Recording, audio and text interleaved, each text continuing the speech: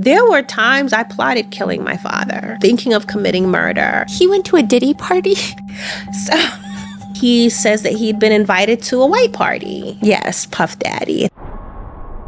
You're walking down the street and you walk past someone. You guys kind of look alike, and it makes you do a double take. Maybe it's the eyes. Maybe it's the way that both of you guys have dimples on the right side that's significantly larger than the left side when you smile. But it could also just be you have similar styles. Maybe you do your makeup the same. Or maybe your parents look alike. It's not that big of a deal, right? Or you consider the other possibility. What are the odds that you have a half-sibling out there that you don't even know about? I hope that's not a question that keeps you up at night staring into the abyss.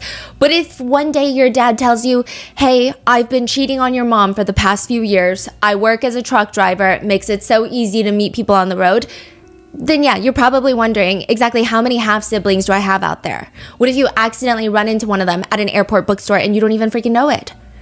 There are two main ways in which this scenario could likely happen to you. One of the parents, like I said in the previous situation, has an extramarital affair. 2, maybe both of your parents or one of them were donors, sperm or egg donors. That's actually become a huge issue as of late.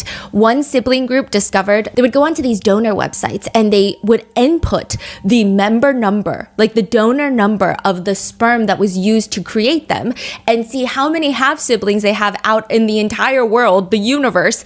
And some of these sibling groups would be 150 big, 150 half siblings, all conceived by the same sperm donor.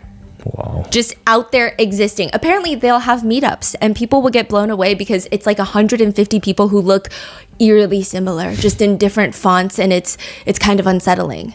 There are other groups popping up, 50 half-siblings, 25 half-siblings, 30 half-siblings. It's very tricky for them to find each other because it's not like they can just compare birth certificates. That would make it easier. That would at least provide some sort of tracking method for half-siblings, but usually some sort of method to track your half-siblings. Aziza Khabeebi, however, does not really have to look that far. She already knows where every single one of her half-siblings are because she has given birth to 4 of them.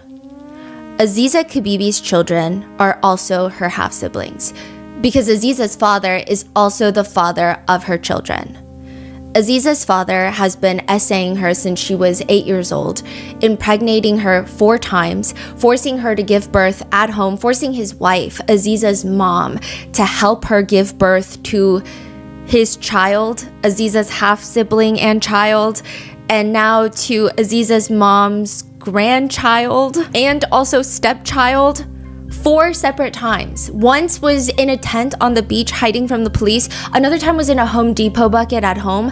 And every single time, Aziza's father would force her to raise her children, his children, in the house with Aziza's other siblings, whom he was also assaulting. Aziza's mother, who starts becoming jealous of Aziza and her own daughters and her own grandchildren, and he would force them to live in this cramped space and fight for his attention until Aziza finally escapes.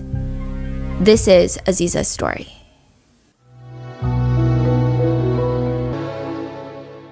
So you're 15 when you're pregnant for the first time. Did you know that you were about to give birth? I did not know I was having labor pains. What it felt like was I was having menstrual cramps, very mild. And then I felt like I needed to use the bathroom. My family, we lived in one room in the house that we were renovating at the time, and everyone was in that one room asleep on the mattresses on the floor. Got up in the middle of the night to go outside of the room. We didn't have any working plumbing or toilets, so we were using the bathroom on Home Depot buckets. Went and sat on the bucket thinking that I had to defecate, thinking that I had to go to do a number 2, and I started pushing, not thinking that what I was feeling were actually labor pains. And as I was pushing, trying to go, water splashed from between my legs all across the floor. And I screamed out for my mom. She came running out and she grabbed me. Then she screamed for my dad. He came running out and he looked between my legs and he said, "Her head is right there. Aziza, do not push." So they carried me back into the room. By that time, the commotion had woken up my siblings and the dogs. I remember hearing them barking. And my father just kept telling me, "Do not push, do not push. She's coming too fast." And I'm there laying on the mattress and I'm doing my best to try to hold her in, but my body was not cooperating. And I ended up pushing unwillingly, and my baby just shot out of me, and my father caught her. So he said that I had torn because she came so fast. By that time, I was only 16. I got pregnant when I was 15, but by the time I had my daughter, I was 16. And my body just hadn't matured enough. So I tore. My breasts were not developed enough to breastfeed her. So when the milk started coming in, I was extremely engorged. I didn't have nipples to feed her. So it was a whole thing. But looking at her, looking at this baby that came from me, I fell in love with her. She had these big, beautiful, round saucer eyes. And once all of the commotion settled down, my parents and my siblings went back to sleep. I just stayed up with her and just looked at her, and I fell in love and I cried, and I thought about what got me to that point. And even though it was rooted in a whole lot of trauma and pain, you know, I felt like, wow, finally now there's somebody to love me. When you had your first baby, did everyone in the family know that this was also your father's child? None of my extended family knew. So my mom knew, yes, my siblings knew. Even before I got pregnant, my father told my brothers and sisters that he was keeping me and I was not allowed to have a boyfriend, and they had to watch me and tell him whenever, if anybody ever tried to talk to me. So yes, they knew by this time. And it was just something that was accepted. Did anything change after you had your first child? I would say yes. Well, most definitely yes. I wouldn't just say it. Most definitely yes. I already felt a sense of purpose, I guess, because my father weaponized my brothers and sisters. He told me that, specifically my sisters, he told me that if I did not tell what he was doing to me, if I didn't fight him, then he would not molest my siblings.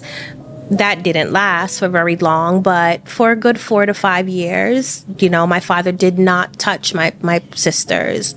I kind of had a sense of purpose where I accepted that this was the sacrifice. Whatever suffering I was going through was a sacrifice that I made in order to keep them safe.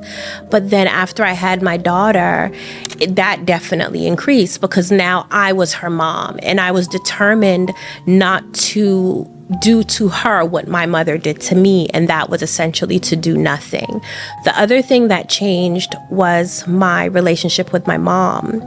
Now that my daughter was here and my father had kind of labeled her royal blue blood, right? He put her up on a pedestal. Then my mom became jealous.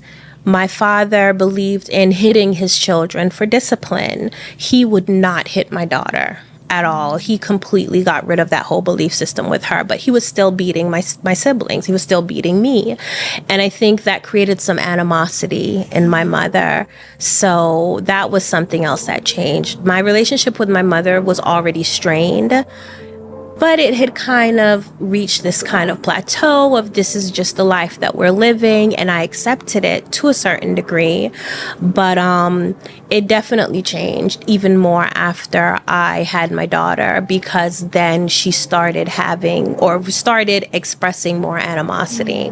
The abuse starts when you're 8 years old. Yes. Before you're 8, can you walk us through the family setup and what your life was like up until the abuse starts? So I could go back to as far as I remember, is what I remember, which actually is pretty young. My parents met when they were teenagers in high school. My dad was 18 and my mom was 17 when they had me. Then they got married. So as far as my memories are concerned, we lived in the attic of my grandmother's house. When my mom got pregnant with my first sister, but third child, we moved downstairs to a small apartment that was connected to the house, but it was bigger than living up in the attic. Our life, I remember a very happy childhood. Yes, as I said before, my father believed in punishing, his children by beating them. So I definitely remember him beating me when I was little if I misbehaved. I remember that if I tried to go downstairs to see my grandmother when we lived in the attic, then he would catch me and he would whoop me then. I remember tearing up a mango tree that he was growing and he beat me then. So I remember those things. And I think because they were traumatizing even as a toddler. But then as I got older and we moved downstairs, I had a happy childhood as far as I could remember. I was allowed to play with my cousins. I was allowed to go visit my grandparents. And my father was very involved in our life. He was determined to give us experiences that I don't think were normal for Black children in Paterson, New Jersey. So I grew up going blueberry picking and going to visit the Statue of Liberty. And then we were homeschooled. So my cousins, they would complain all the time about going to school and hating school, but they just thought it was so cool that we got to stay home. So all of those things, we turned out to be like the cool kids in the family and really had a lot of fun with it. The homeschooling, was it your dad homeschooling you guys? And you're the eldest. Yes. I think you mentioned like your dad would teach you and then you would teach your siblings. Yes. That is a lot to take on. It was. What was that like? It was stressful. The first child that my father delivered was his third child, but my first sister, right? Mm-hmm. There was a brother between her and I, and she was born feet first. And my father always said that she would be like a problem child because she was born feet first. And I still maintain that my arch nemesis was born into the family as my sister. Mm. So I had to teach her how to read. And she gave me the most difficult time. She challenged everything. She would try to tell on me, get in trouble. She refused to do her homework.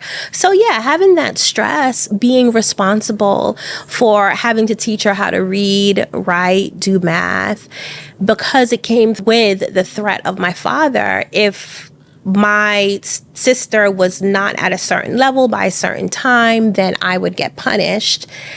Yes, the stress was a lot. I just accepted. I was the oldest daughter. I accepted it as my responsibility, and I just did the best that I could. Why did your dad decide to do homeschooling? Was it like he didn't think the school curriculum was good, or was it a separate reason? Was it to shelter you guys in? So what he told us was that the school curriculum wasn't good, especially for African American people. He felt that this public school education did not suffice for his kids. And his experience, he would tell us horror stories of what he went through in school as a child, being bullied and teachers not liking him. So he kind of created this view of school that was just tough and struggle, and then it not being adequate for him, and he didn't think it was adequate for us. So that was the reason that he told us. I feel like looking back, yes, some of it was a manipulation, was a way to keep us sheltered, but that's in hindsight. During, he definitely said that essentially the public school that we had access to was not good enough to educate us. Closer to when you're 8, you're being homeschooled, you're teaching your siblings everything. you're kind of forced into this role of an adult in the family. How does the abuse start? I think it's safe to say it started with the physical abuse. Because as much as I loved my father, I was definitely afraid of him. And he was involved with us. We would play, we'd run around the house, play hide and seek. He was a very hands-on dad. But when he got angry, he took it out on us.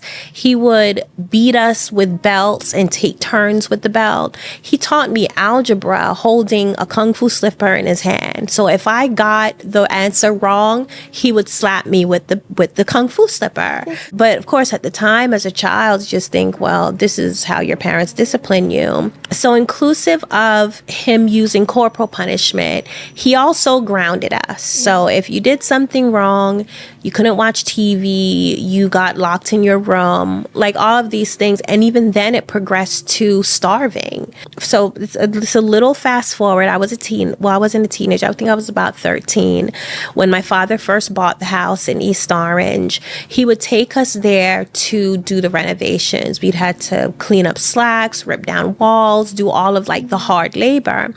And we would have to, my brother and I would have to complete a certain amount of tasks by the end of the day. If we did not complete the tasks, the punishment was that we didn't get to eat. So he started to employ now these starvation methods in his child rearing.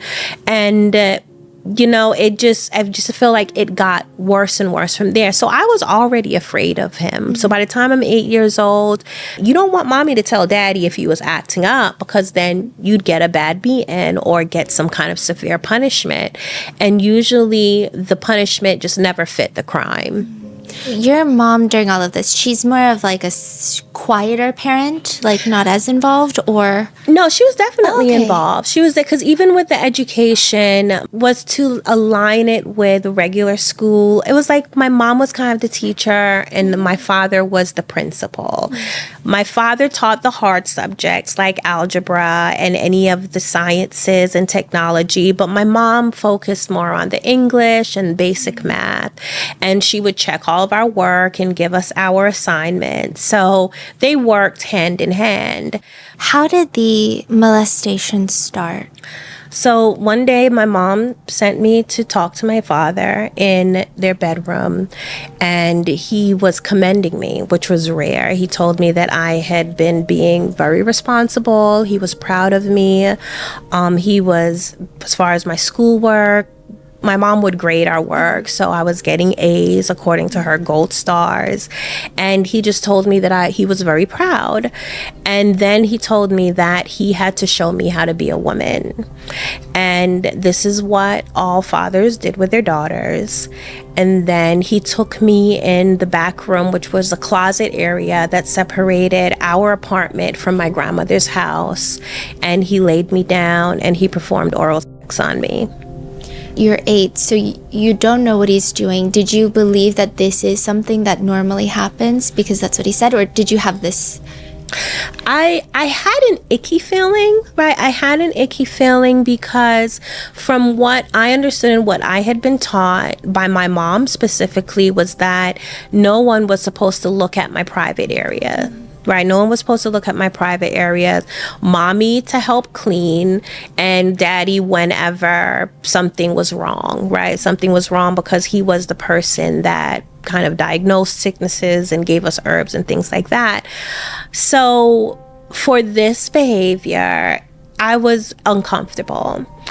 As his daughter, I can't protest. I can't argue against it. So it more felt like that.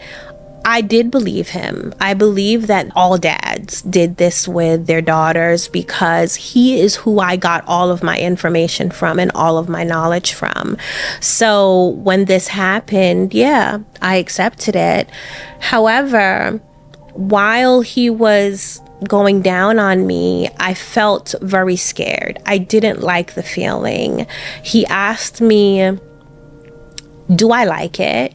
And I was afraid to tell him that I didn't like it. So what I told him was that, well, I don't want him to do it anymore. That was my way of cautiously answering him. He kept doing it anyway and then eventually stopped. So yeah, I mean, I knew I didn't like it.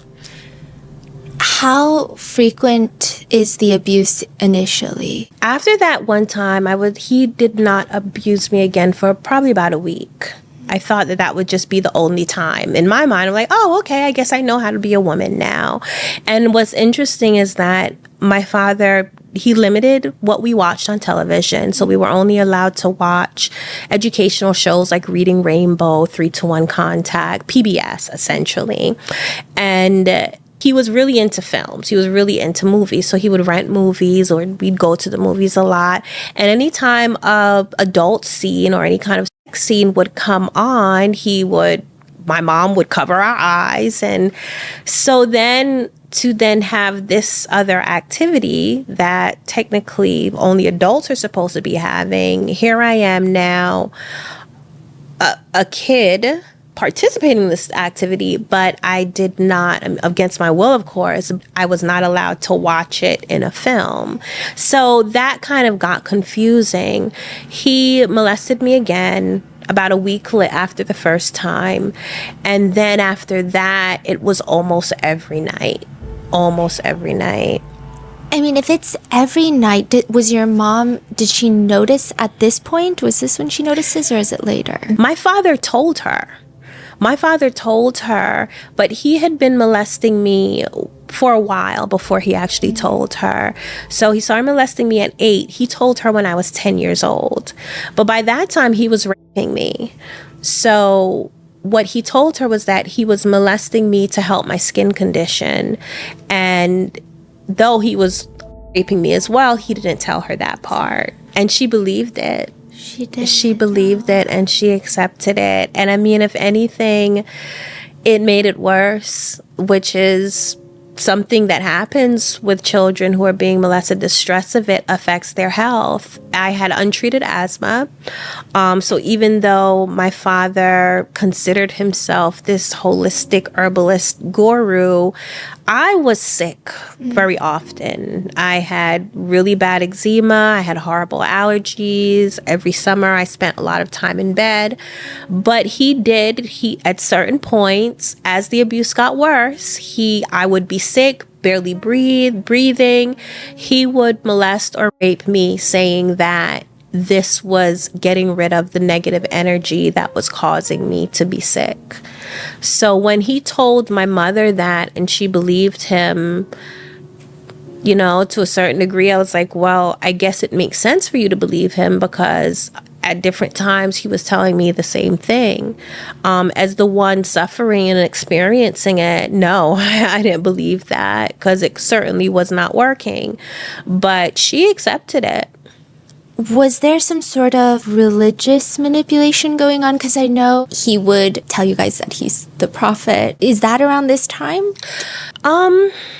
Not for us, not for the kids. For my mom, I suspect that, and you're bringing up some things I probably should talk to her about, but I suspect that he was, because he has always been a spiritual person. He's always considered himself a spiritual person, and a lot of people in the community saw him as that as well. He would go to the local park and just have these talks about Black people in America, what their role is, and God coming and empowering Black people. And, so he had that whole perspective. Was your dad's choice to be a polygamist also connected to spirituality, or was it? I don't think so. When my father started practicing polygamy, it actually started with him just cheating on my mom. I don't know if between them, he just decided to switch and said it's easier to say, well, I'm practicing polygamy because Africans practice polygamy. It could have just been an excuse or a manipulation, but he actually started by just cheating on my mom.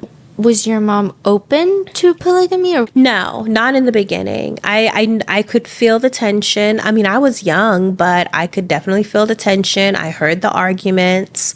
So initially she wasn't, but then she acclimated. She was in love with my father.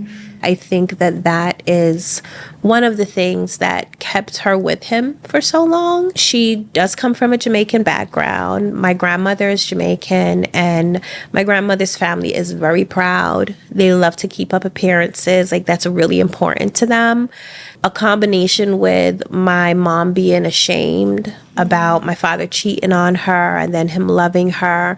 I think those things mixed together then just kept her with him and made her accept what he was telling her in a lot of ways. I have a question. When you were 8, when the first time he molested you, do you think that was his first time molesting a Child? child? That's a really good question. I'm going to say I think so.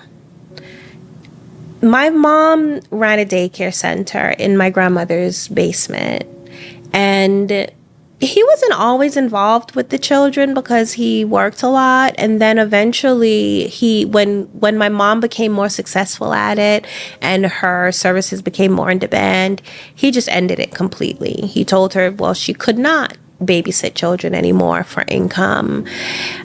And aside from my father being physically abusive to other children, I never got the feeling or witnessed him doing anything that felt weird, or I felt like it was weird. Or even by the time he started molesting me, it was such a new idea. It was just like so foreign to me. And I could understand, even as I got older, there were other things that I experienced just as a child that was like, oh yeah, well, I kind of remember seeing when this happened with, so-and-so, one of my cousins, but this was just so out of left field. So I don't think he did, but with his mind frame, you honestly never know. You honestly never know. A lot of people often ask me, well, was he molested as a child? He's never shared that he was. He did tell me about when he lost his virginity. He seemed to be pretty open about that. And it was with someone else that was a couple of years older than him. So I really believe that this was a new thing. And he wanted your mom to stop the daycare because it was becoming too successful. So like a control thing. Yes, yes. And this happened with quite a few of her ventures. She also used to do hair. She used to do like hair extensions for women. And when she started excelling in that, then he'd shut it down. She also designed clothes and started making clothes and having fashion shows. Initially, he was fully supportive, but then as soon as she became more successful and things started taking off, he would shut it down. So every time the next step would happen, my father would shut it down. And yes, it most certainly was a form of control. Meanwhile, he was invited to the Grammys. Yeah. Was he always in that line of work? Was he always directing for musicians? No, he started as an interior designer and cabinet maker for very wealthy people in New Jersey. And then he started his own company. And it was through that company is when he started meeting celebrities and producers. And one of the producers who had listened to his music was on the Grammy board and invited him and my mom to the Grammys. And I think after he got that little taste of being around Michael Jackson and Prince and all of these, major people, he decided to focus more on producing music. And then before you know it, people started asking him to direct stuff for them. Mm-hmm. He did one really big music video. How did that happen? So that was in the 90s. It was Killing Me Softly by the Fugees. And he met the Fugees, I think at a party or something. Our house had been struck by lightning and burned down. And through that transition, he met this guy who saw him building up the house and was impressed. And my father did what he normally did. He told him about all of his ideas and technology and really impressed this guy. And he said to the guy, told him that he wanted to introduce him to Wyclef Jean, who at the time had a music studio in East Orange. So he went, met with him, won him over with all of his ideas. Apparently they were about to start a new album, and then our house burned down, and he maintained the relationship with them until it got to the point he pitched them enough that they said, we want you to direct all of our music videos for our album. And Killing Me Softly was one of them. He went to a Diddy party? So he did. This was before, I guess, Diddy was super successful. This was late 90s. And my father had mover and shaker within the industry. He was getting called to do different people's videos in R&B and hip hop. And one day he comes home and he says that he'd been invited to a white party. And it was, yes, Puff Daddy. I think at the time he was called Puff Daddy, right? He was invited. So it was a whole big to-do. My mom made him a new outfit. I had to do his hair. It was a whole big to-do. And he came back home and had very interesting stories. Very interesting. Nothing as severe as the crimes that Diddy's committed, but he found his people. Let's just say that. While he's out doing that, going to Diddy parties, how often are you socializing with anyone outside at this point? Not often at all. The only access that I had to people were people that my father was dating, so his girlfriends, which cycled all the time, and people that he worked with. Like, I spent a lot of time around the Fugees, but it was under his eye. And the only reason why I was there because I was the caterer. So he had his production company and I did all the cooking. That's why I was then around these people. I could not do any of those things outside of my father's, my mom's, or my brother's presence. So I was always being watched. So yes, sometimes I was around people, but I was always watched by someone. By the time you're about 10, because you're still so young, do you feel like this is normal still? Or about when do you realize this is not normal? By the time I was 10, I felt like, I wouldn't say not normal, because my life and my family was my normal, right? So technically me not going to school wasn't normal, but this is what it was. So it didn't feel normal because it was hurting me. That was my measure for it not being normal. I'm 10 years old. My father was in his 20s. He's a grown man. So it hurt. It hurt. It was stressful. My father would keep me up all times of night. And I still had to get up in the morning to teach my siblings and make them breakfast and write affirmations. So I was getting like 2 hours of sleep a day, barely. So no, that was not normal. Those things were, I could not accept those things as normal because they were hurting me. By the time I was about 12, and it was after my father believed that we were vegetarian.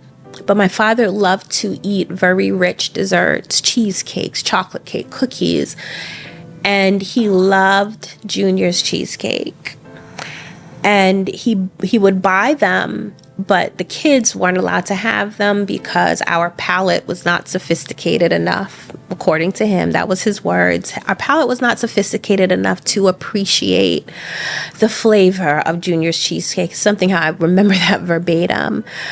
So I decided I was going to, in the middle of the night, sneak a taste of his Junior's cheesecake. And when I turned around, after scraping the side of the cheesecake, I turned around and he was standing there. He caught me. I was 11 years old. And he took me by the arm and he dragged me into our bathroom and he sodomized me. And he held my mouth and he hit me across the head and he told me, don't ever take his cheesecake again. So after that, I decided I was going to run away. It took some time I didn't actually make an attempt until I was 12 years old. And when I packed all of my things, felt that they were distracted enough, and I was very brave. I decided to go out next door, which was the space between my parents' room and my grandmother's house, go through my grandmother's front door. And the reason why is because our front door was in the living room. So I had to put my siblings in the living room to watch TV while I go through another exit. Turns out my siblings saw me. And by the time I got to the front door, I turned around and my brother was there. And he said to me, well, Aziza, if you run away, what's going to happen to us? And I felt so selfish because I hadn't thought about it before. I just knew that I needed to leave. But then it was just, if Daddy was to find out that Aziza was gone, he would definitely blame my siblings because they had already been tasked with having to watch me and making sure I didn't talk to people. So I knew that the consequences of me leaving was going to impact them greatly. Plus, by then, because I did start questioning my father and what he was doing, he had already started telling me that, well, if I did not fight back or I didn't tell anyone, then he wouldn't touch my sister. So those kind of manipulations and grooming tactics was already in place. But I felt like, how could I not have thought about what would happen if I was to leave? So I didn't. I turned around, I begged my sister specifically, who I knew would tell on me, not to tell that I tried to run away. And we continued as normal. That's a lot of responsibility and guilt for when you're 11. Yeah. Did you ever feel like it's unfair that only you were carrying that? I wouldn't say I isolated that specifically as unfair. I felt that everything was unfair. I felt that the housework that I had to do was unfair. I felt that the fact that I got in trouble more than anybody was unfair. I loved fairy tales. One thing my father would let us do, he would take us to the library and he had to approve all the books that we read. I started to find different versions of Cinderella, the African version, the Asian version, the Russian version, like all of these different versions of Cinderella. I felt like it was me, I felt like I was this girl who had all of this responsibility and was being bullied. And then plus also my mom started blaming me for what my father was doing to me. She told me that I stole her husband because even though he had all of these other girlfriends, she could not compete with a child because she was not a child and my father liked children. So I am the only one who was capable of taking her husband. So our relationship was strained by then. And I started acting out at different points. I was not bathing, taking care of my hair, wearing dirty clothes. That was my way of trying to be less appealing to my father. My dad liked pretty girls. He definitely had a type. So to try to deter him from abusing me, I was like, well, maybe if I'm ugly, then he won't abuse me. That didn't work because then I would get in trouble from my mom for not bathing or for not doing my hair. So there was always this tension and back and forth between them. And I thought it was unfair. I just thought it was unfair. I remember I asked my mom, did she only marry my father because she got pregnant with me? Because I felt like it was because I was born that all of this stuff was happening. Did your mom ever show any inkling that she was not approving of what your dad was doing? And not in like the jealousy sense, but in like, this is my child. She did one time that I witnessed. She found out that not only my father was molesting me, but one of his girlfriends was as well. And it happened to be one that she didn't like very much. So when she confronted him about it, he beat her with a belt. And that was the only time that I saw her stand up for me, so to speak. But after that, she didn't again. Do you think it has more to do with you being molested or this other woman partaking? I think it was more about the other woman, because what she said to him was, how could he let her touch me? It was because she didn't like her. So she had already accepted him touching me, but then at that point she was like, well, how could he let her touch me? I mean, my father was abusive to her, to my mom as well. He was also abusive to this woman. So he was just an abusive person overall, even in his romantic relationships. But this was the only time that I have heard my mom like stand up for me, but it didn't go anywhere. You said there was another woman that was also abusing you. Is she also a pedophile or? My father, but he was a sexual deviant. He was a sexual deviant, and I know this from personal experience. This woman specifically had, I guess you can say, questionable sexual tastes that he encouraged. When the first time he molested me with her, she didn't do anything. She just watched. He called her into the bathroom. I was using the bathroom. He called her into the bathroom and he raped me. And he asked her, how does it look to her? And he bragged about, and I'm 10, he bragged about the fact that I could take it all. So his words, bragged about the fact that I could take it all. And she just sat there like with this smile on her face and was like, oh my gosh, it looks so good. And then I do remember her touching my shoulder at some point. And then he stopped. And then the next time I had interaction with her was the following weekend. She would come and stay the night every weekend. So then the following weekend, he got me up, brought me into the living room, and she was there as well. And she came up and she kissed me. And that was the first time I had an experience with someone of the same sex.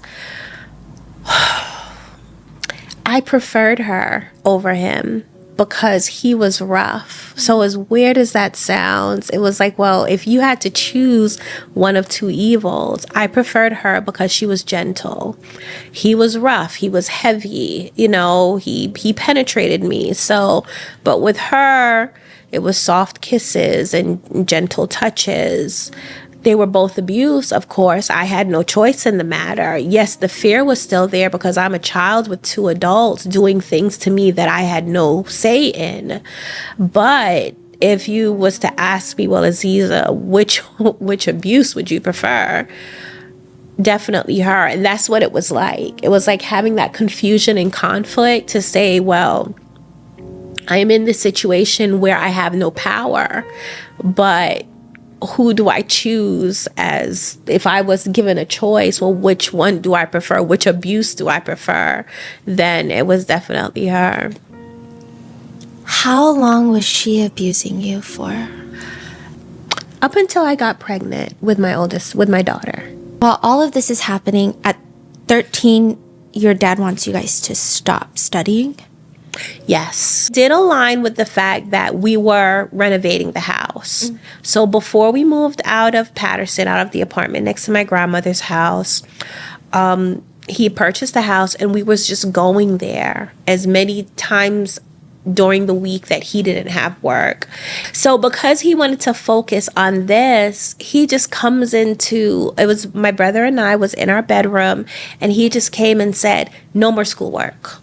No more schoolwork. Y'all don't need to do any schoolwork. We're just focusing on building the house. then he came with the threats. If he caught us doing schoolwork, then there would be consequences. If I could not teach my younger siblings anymore, there would be consequences. So the reason that he gave us was because we was working on the house, but I don't believe that that was the real reason. By the time we moved into the house, and the reason why we ended up moving into the house before it was finished, it was long from finished, is because there were things happening on my mom's side of the family, which is where we lived. And they seemed to be more, what can I say? They were questioning a lot of things.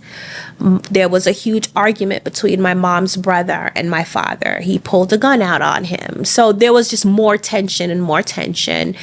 He just packed everyone up, all of our stuff, and we moved into the house in East Orange. There were, while some places didn't even have a roof, holes in the floor, there were no walls, no windows, and that's where we were, and we continued to work from there. And then you said there was 10 people total in that room. It was about 10 people by that time. So it was between 9 and 10 of us. And I say between 9 and 10 because then I had my daughter, right? So then that ended up making it 10. So yeah, it was about 9 of us.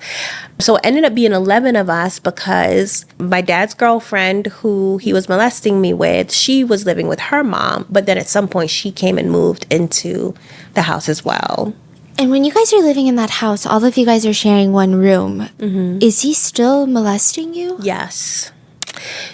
Now, by that time, it was everybody has to leave the room.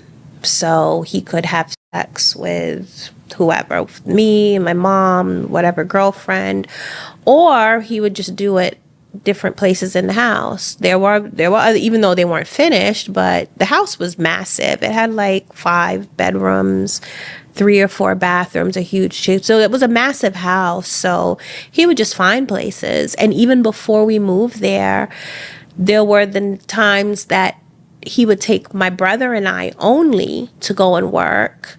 And then he would give my brother something to do. And he would take me to the attic and rape me.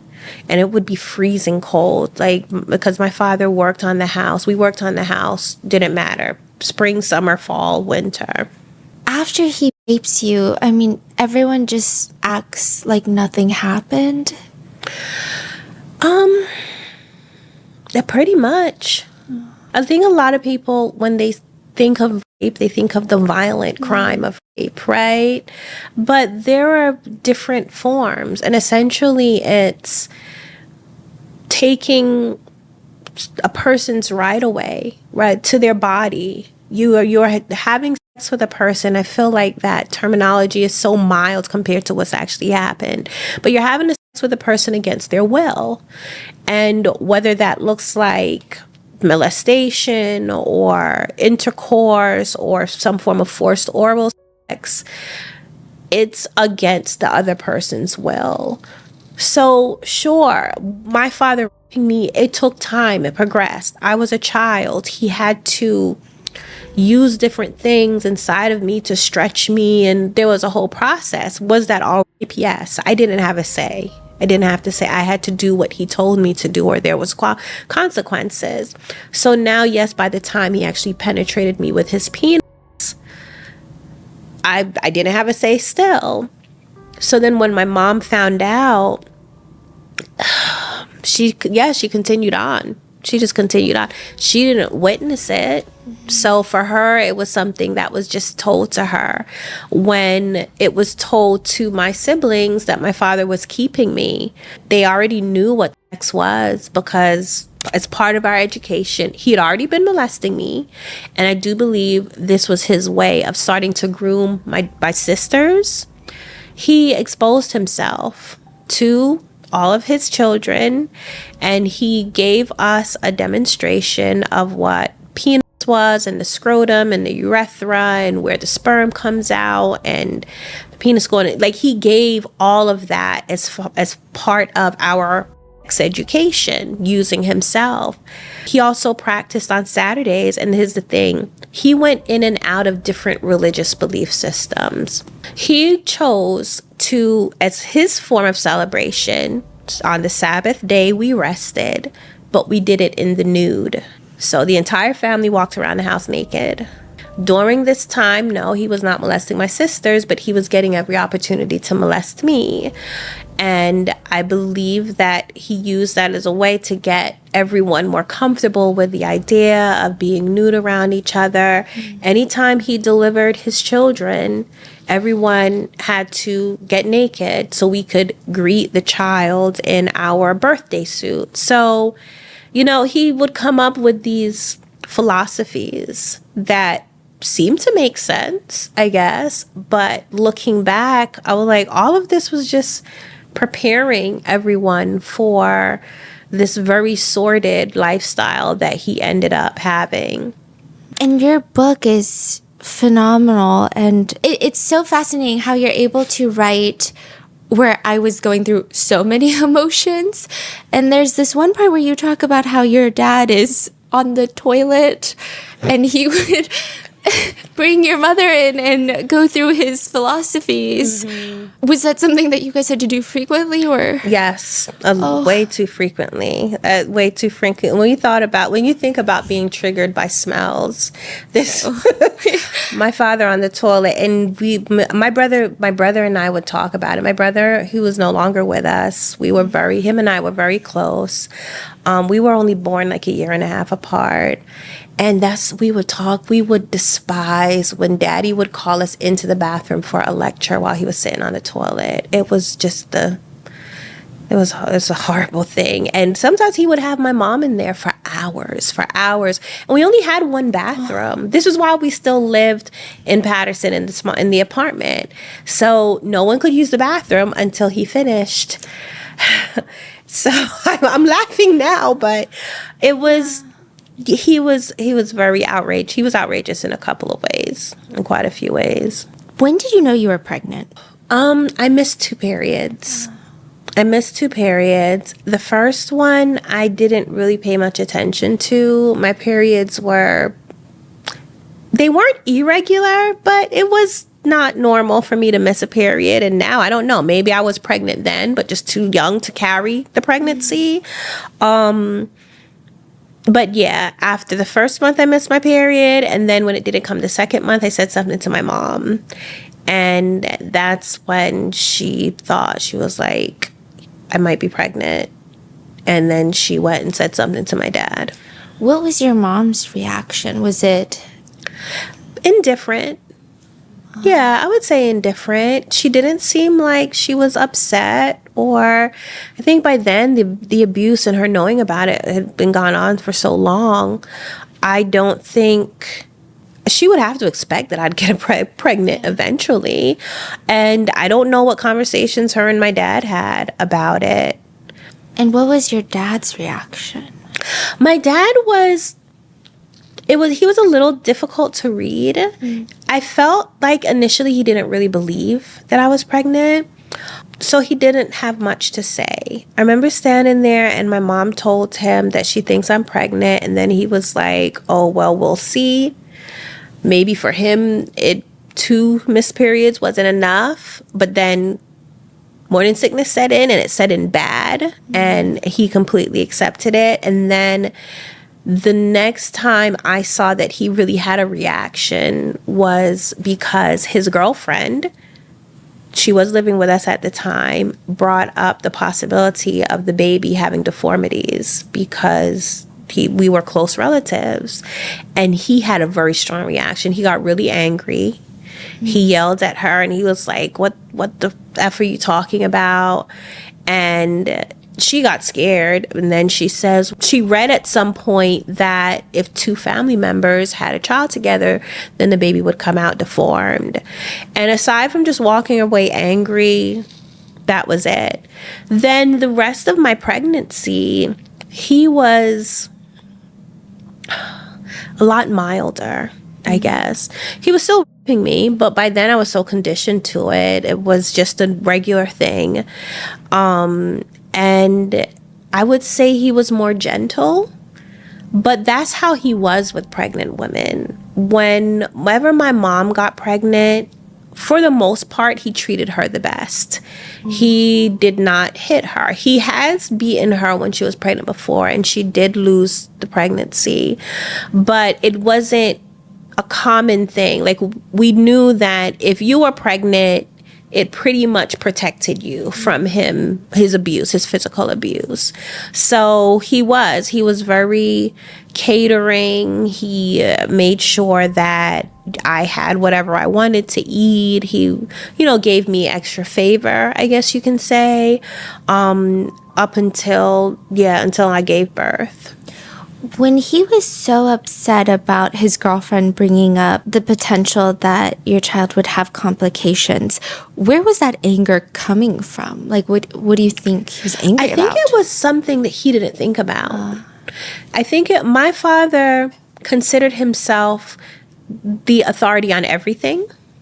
So it felt like he didn't think about it. And then for it to be something negative or that he deemed negative, I think that's what angered him. Like, he really felt like a little surprised by this theory, because I don't believe he really did any research or even thought about it much, the fact that I was pregnant or any of the circumstances, or it was just like, I was another one of his women that was pregnant.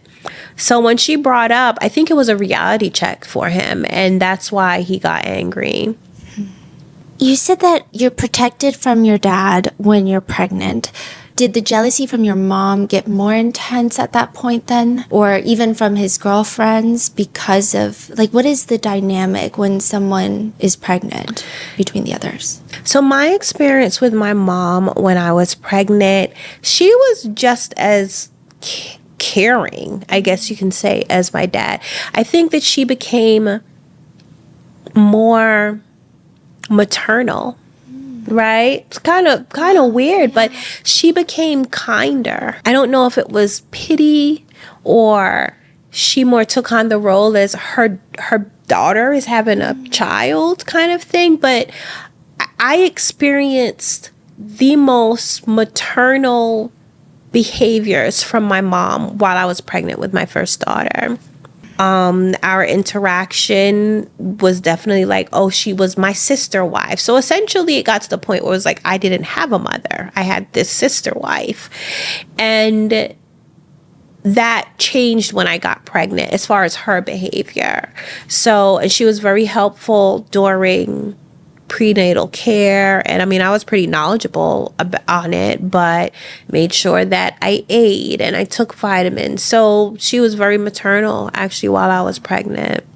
How many kids does he have at this point? We've counted 21 so far. Like today? Yes. Okay. Yes, 21. That includes my children. 2 of my sisters had 1 child each by him. And any of the women that he has had, some of them reached out to us as recently as maybe it was before COVID, they reached out. But there is a very good possibility that there's more. But so far, we have knowledge of, he's had 21 children. He was always threatening you that if you didn't comply, he would abuse your sisters. Mm-hmm. But then you realize that he is already starting that abuse. When did you realize? So it was before we officially moved into the house. I came out of the house. We were there working. It happened to be one of the times that one of my younger sisters came with us. It was my arch nemesis, the third child, but my first sister. And they were by the truck, and I saw him kiss her on her lips in a very romantic way, and he touched her. And they both looked at me, and she looked at me as she got caught, they were caught. And my father yelled at me and was like, "What are you doing? What are you doing here? Go back inside." And that's how I knew. And then after that, the next time was since we only lived in one room, so now, this is all during the moving process, and then we move into the house. Since we lived in one room, then one of the times my father sent everybody out and kept that sister there. So then that's how we knew. Yeah, did you and your sister ever talk about it at that time? Not at the time. Not at the time. And the relationship with that sister, that was strained because she did not understand that any attention my father was giving me was not attention that I wanted. So what she saw as me being allowed to stay up late at night, she didn't know that it was because my father was molesting or raping me at the time. So she became very jealous. She didn't understand that my father taking me places with him, she just saw it as Aziza gets to go out and gets to go with daddy all the time. But he was taking me and abusing me in the car. So when she learned that he was molesting me, I think her immature mind thought, well, I want daddy's attention too. So she would do things like get undressed and walk around him and sit on his lap. And I think that was her way of just trying to get attention from him, because her understanding was, well, this is how you get attention from daddy, using sex or sexuality. So then by the time he started abusing her, her relationship with me was more of a, now, Aziza, you're not the only special one. So there wasn't a conversation, but there were definitely arguments. And then even as we got older, there were more arguments. She started blaming me for what happened to her. She started thinking, oh, well, certain things that happened was because I told my dad to do it to her. And this is because he was telling her this.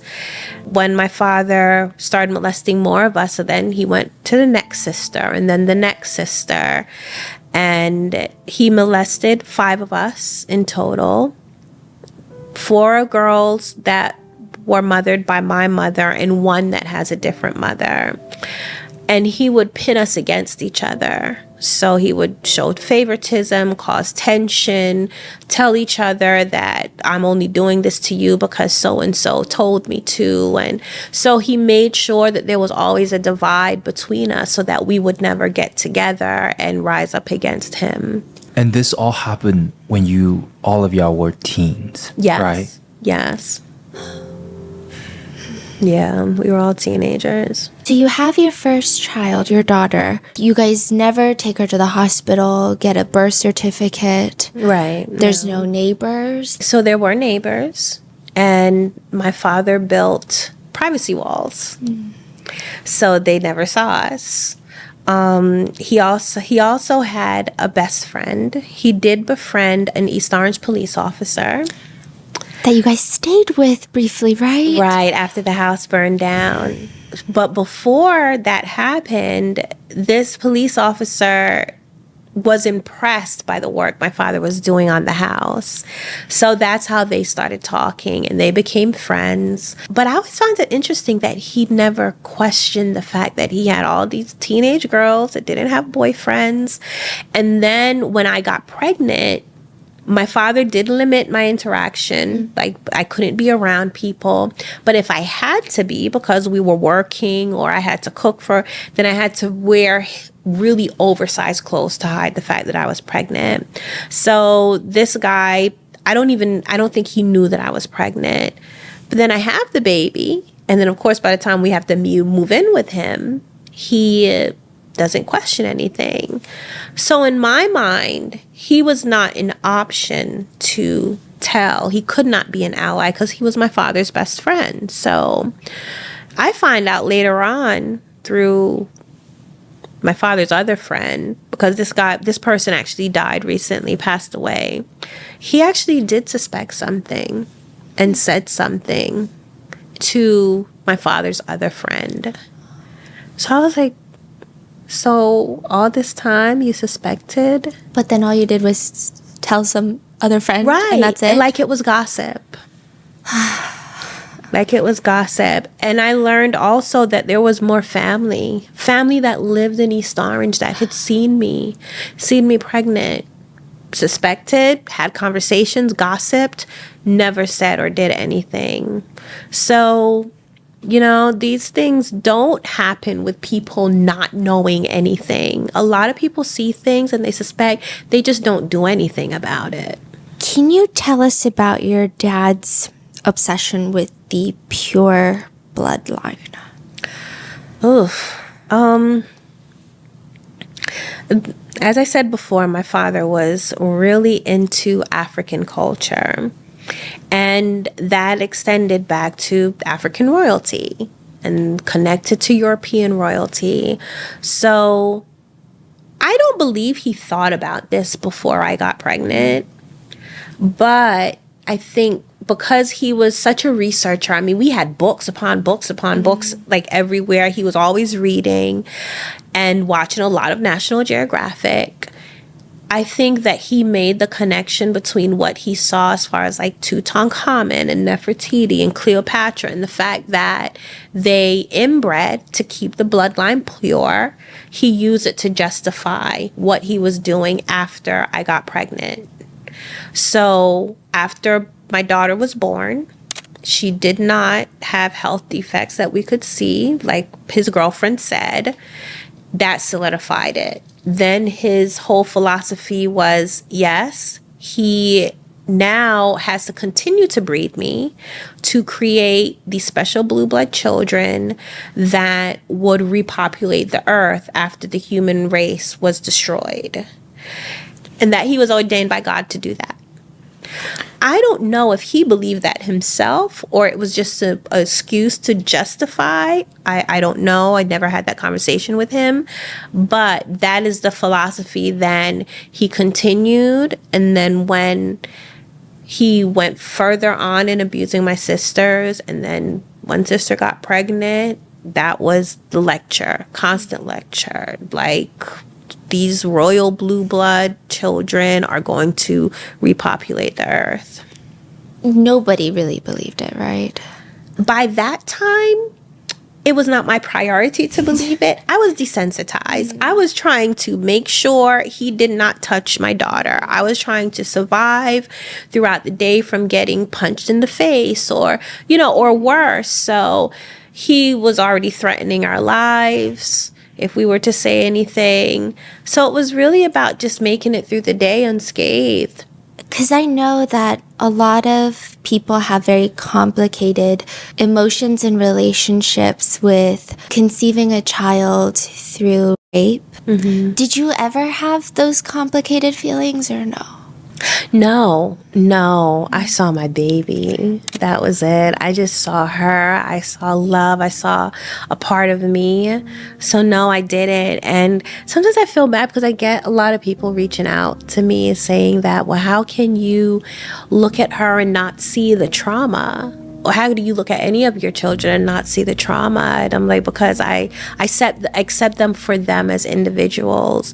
Yes, thankfully, with my first child, it was just innate. Like, my love for her as being her mom just came immediately. Though with my son, not my third pregnancy, it was actually my fourth pregnancy because I lost a child, but my third child, my father was physically abusive. So that whole you being pregnant protected you went out the window with that pregnancy. My father beat me, he threatened me. One time he beat me so bad that I blacked out, and that was a very stressful pregnancy. Why? Was it just like a time thing that he just decided I think there were a couple of things that were happening. By then, he lost his standing in the music industry, in the video directed industry. A lot of people in the industry, he started being blackballed. He wasn't getting much work. So he had his own stresses. But then I did read somewhere that you'll find more tension between a pregnant woman and the father of her child if who she's carrying is a boy. Because of the extra testosterone, apparently the father picks that up, and there's just more tension between them. I don't know if that had anything to do with it, but my father's whole attitude while I was pregnant with my son was completely opposite of my other pregnancies. So he delivered all my 4 children that were fathered by him, 3 of them at home, and the 4th one actually on a beach in Florida. Oh. Yeah, in a tent. So I tried to take an opportunity to get away. I was always looking for some form of crack, in the structure. And my son, who was malnourished, woke up with seizures one morning. I didn't know that's what they were. I thought he was like dying and coming back to life. My father would not allow me to go outside with him. This was the most I had been isolated. And he also limited me feeding him. I had to finish all of my work in the house before I was allowed to feed my son. Why? This was the new thing that my father adopted. My father would sometimes target one person in the family and make everyone else be against them. So I was the person at the time. So after I had my son, it was like my sisters didn't really talk to me because if you were caught talking to me, then you'd get in trouble with daddy. So at some point, my son gets very sick. He wakes up this one day, he starts having seizures. My father was not home. My brother convinced my mom to let him take me to the hospital, me and the baby to the hospital. We go, and I was given all of these forms that, this is all new to me. But when I noticed that they were asking for my son's father and my father, I decided to take a risk and put my father's name as both of them, hoping that would be like, hey, I need help. So it did. It raised a red flag, but not enough. My father comes back home, gets into the hospital, curses out the medical unit, all the doctors. He starts telling them how they're trying to experiment on his son, all of this stuff, threatens me, threatens the life of my siblings at home, and eventually social services was called in. They take my children out of my parents' custody, but they leave my other siblings there. So now all of my children are in the hospital with me. At the same time, my father's still threatening me. He's talking to the caseworker as well. So there's just like all of this confusion. Long story short, my kids end up in foster care. It was a blessing in disguise. My father rapes me again through all of this. So the whole time, even though now it seems like I have access to somebody that might help, unfortunately, where we were living, it was very racist and very biased. So I tried to reach out for help the best way that I could without putting my father on, but my caseworker was not receptive. At the end of the day, my father is even more abusive. Now he's beating me. I got black eyes all the time. At the same time, I had to adhere to these different programs from social services to get my children back. Through that, I get pregnant again. I'm close to now my due date. End up in the hospital because it's mandated by social services that I have to get prenatal care. So this is the first time I've ever gotten prenatal care. However, my father's taken me to all of my visits. He's still in control. The abuse is still going on. There was one time he sends my sister to go with me, and it turns out I'm in labor. I don't know I'm in labor, of course, because I don't have labor. My pains are not bad at all. My sister saw me talking to the nurse, and I was getting ready to ask for help, tell her my situation. My father calls, and my sister tells my father that I was about to tell the nurse what he'd been doing. So he decides to come and get me and says, I'm going to take you away from anybody, from any help that you think that you can possibly get. I'm taking you to another state, and I'm going to deliver the baby there. So that's how we ended up in Florida on a campsite, and he delivered my child in a tent. Thank God all of my births were safe. However, even though the births were safe, So 2 of my children do have inborn errors. One had PKU and spinal muscular atrophy, and the other one has PKU, phenylketonuria, which is a metabolic disorder. It's a recessive disorder where both parents have to be the carrier of the gene. So my second daughter had the condition, but of course we didn't know it. This condition is screened when you give birth in a hospital. You're given a PKU test and they check the blood to see if you have this disorder. But of course, since she wasn't screened because my father delivered her, she started showing the signs of untreated PKU. We didn't know, of course. She broke out in rashes all over her skin. She had developmental delays. She actually does have some brain damage due to it because she wasn't discovered until she was 2 years old. But my father said that the reason why she was breaking out is because my milk was poison and my negative energy. So he always blamed me. And it wasn't until she went into foster care and was tested at the hospital did they find out. So now that when it gets to the point that my last daughter by him, she started losing milestones. So he delivered her, brought us back to Jersey, all of the threats. And by this time, there had been enough things in the family that he made good on some of his threats in the past. So the mental control was still there. I didn't feel it was safe for me to reach out to anybody for help. And eventually my youngest daughter, started losing milestones. She wasn't sitting up. She wasn't crawling at the age she should have been. And finally got her tested. All against, my father was just, of course, blaming me again. But then it turned out that she had the spinal muscular atrophy and the phenylketonuria. So my births were fine. Yes, my births were actually, thank God, safe and successful, no complications. But, my children, 2 of my children did have issues. I know that Coco passed. Mm-hmm. Your other daughter that has PKU, does that affect her life today? It does. She has to stay on a special diet for the rest of her life, a low protein diet. So she's primarily vegan and she has to drink a special formula. So even though she is not eating protein, she still needs some of the nutrients in protein. So the formula provides her these other nutrients.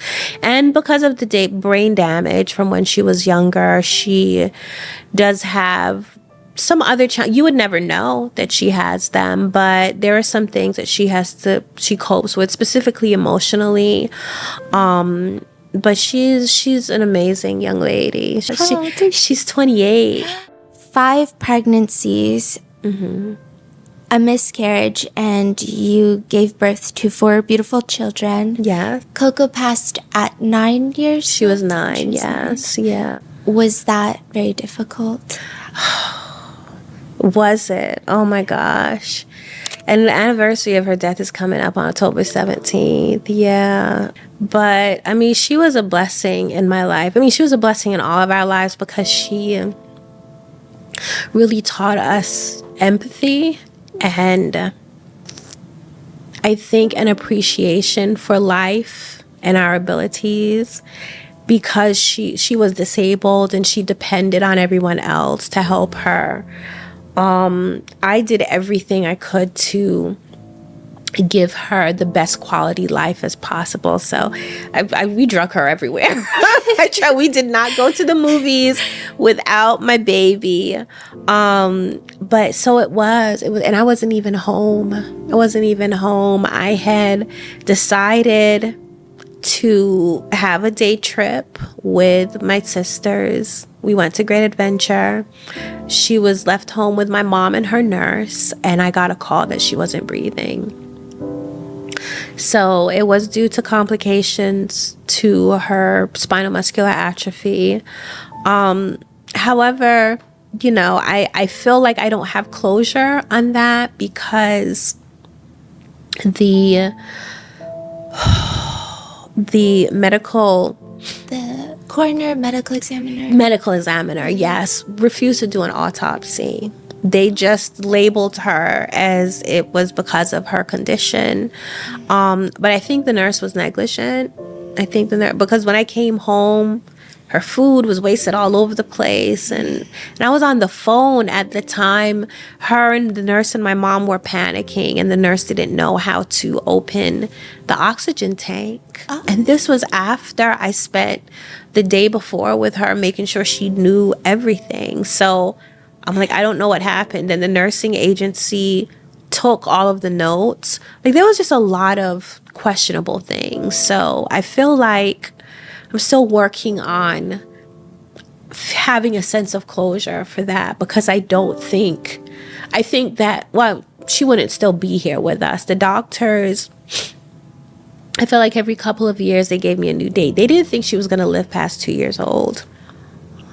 Then 2-year-old birthday, they told me she wasn't going to live past 5. So it was progressing. She made it all the way to 9, which I'm thankful for. But I think she would have made it a little longer, you know, had I stayed home that day. And so I carry a little guilt about that.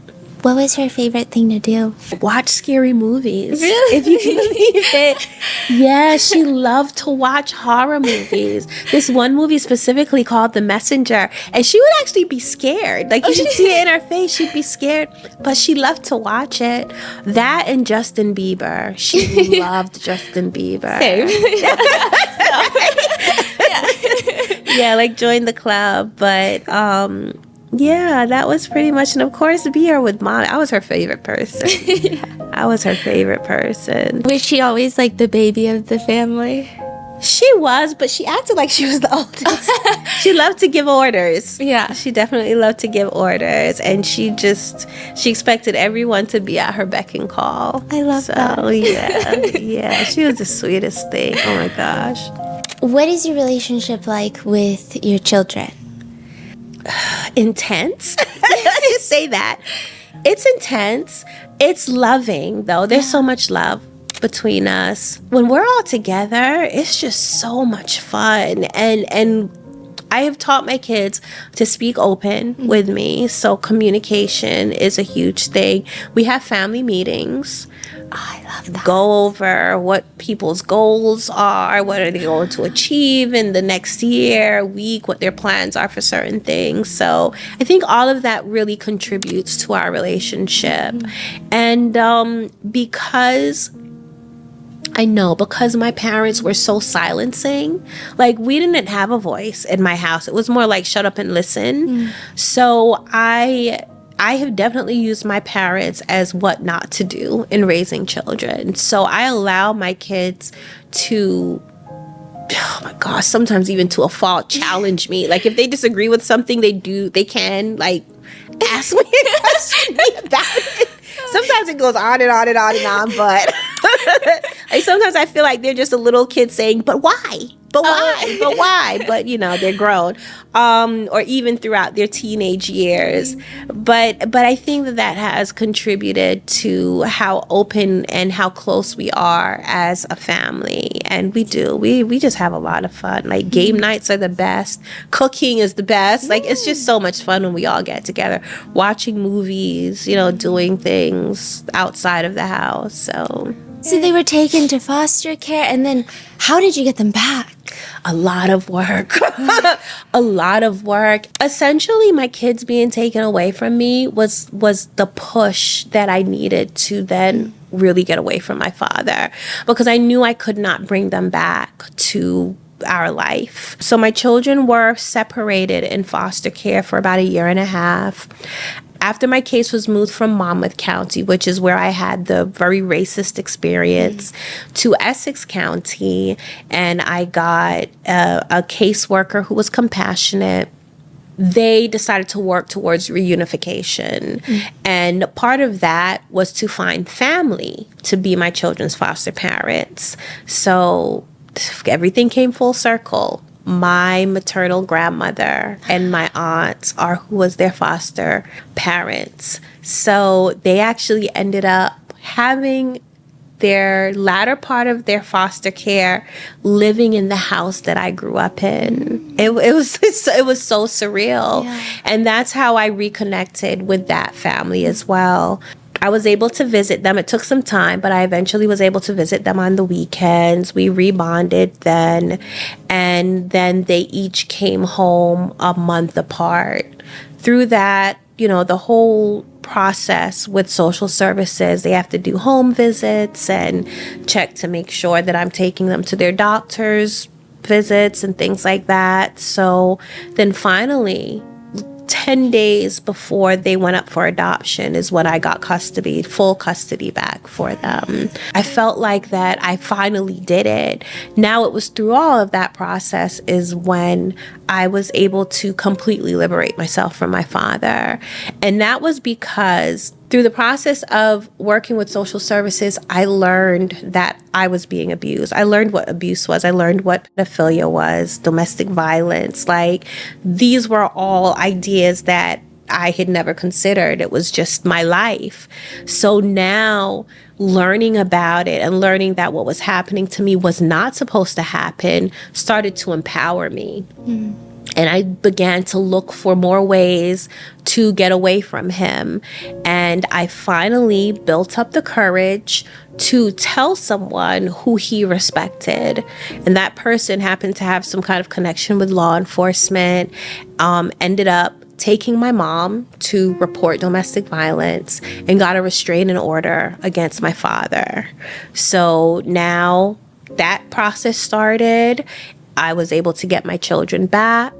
A couple of years after that, my sisters and I went and reported my father to the police. Is it a weird feeling when people reference him as your father? Like, do you prefer if people call him by his name or? No. It doesn't? Okay. And it's something that's kind of a topic that gets questioned, me specifically, because I do still refer to him as my father. I mean, I think it's your choice. Right. I just want to respect your choice. Yeah. Right, I agree, but it's intentional. It is intentional because if I called him, I've heard survivors call their abuser their, a sperm donor, or especially if it's a parent, they'll give them these other titles. But for me, especially because of the work that I do, I feel that it's important to recognize what his role was supposed to be. And he was supposed to protect me. He was supposed to take advantage of his role. So yes, I do refer to him still as my father because, one, that's what he is. And two, it highlights the severity of his actions, how heinous that the things that he did was, because he was the person that not only contributed, to me being here, but he was given the responsibility of protecting me, and he completely exploited it. Tell us about the day you leave. Escape. I think it's not leave. The day that I escaped. So it was triggered. Now here I am, all of these ideas, all of these things happening in my head, already told this other person who actually was his friend or somebody that he really respected and revered, and was the first person he allowed me to speak to outside of his presence or anyone else's presence. So of course, that opportunity came, I took it. I begged this guy, I said, please do not tell him. If there is a way that you can help us without telling him, please, can you do it? This is all happening with in the space of a week. My father was around my younger sister, and he was about to take her into the room to rape her. She was pregnant with his child already. And something just flipped in me. Between the information, I had already started taking steps to get us away, all of these things just stirred something in me, and I went off. I just exploded on him. I called him all kinds of names, called him an asshole.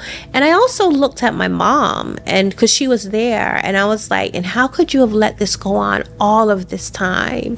You're no better than him. And I just went off, and then I took my sister into the bedroom and locked the door. And by the next morning, my dad was gone. And then that's when the restraining order was put in. And so he did not respond because he was in shock. And I have learned now in my studies that this can happen. You'll have somebody that has been abused for so long that essentially they just break. And then because the abuser is so used to them being compliant and submissive, when they see them now get to a point where they are empowered or they're challenging their authority, they're in shock. So that's what happened. And my father, he just sat down. He said nothing. He looked at my mom. My mom was dumbstruck. I don't know what conversation they had after I took my sister and locked the room door, but I know that that was the last time I saw him.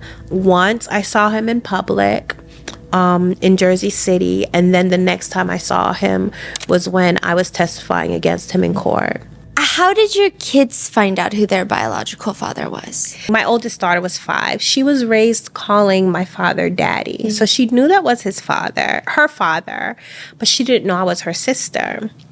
So now when she went into foster care, she was getting these mixed messages. The social worker, the caseworker, told her that who she was calling daddy was really her grandfather. Still no information on me.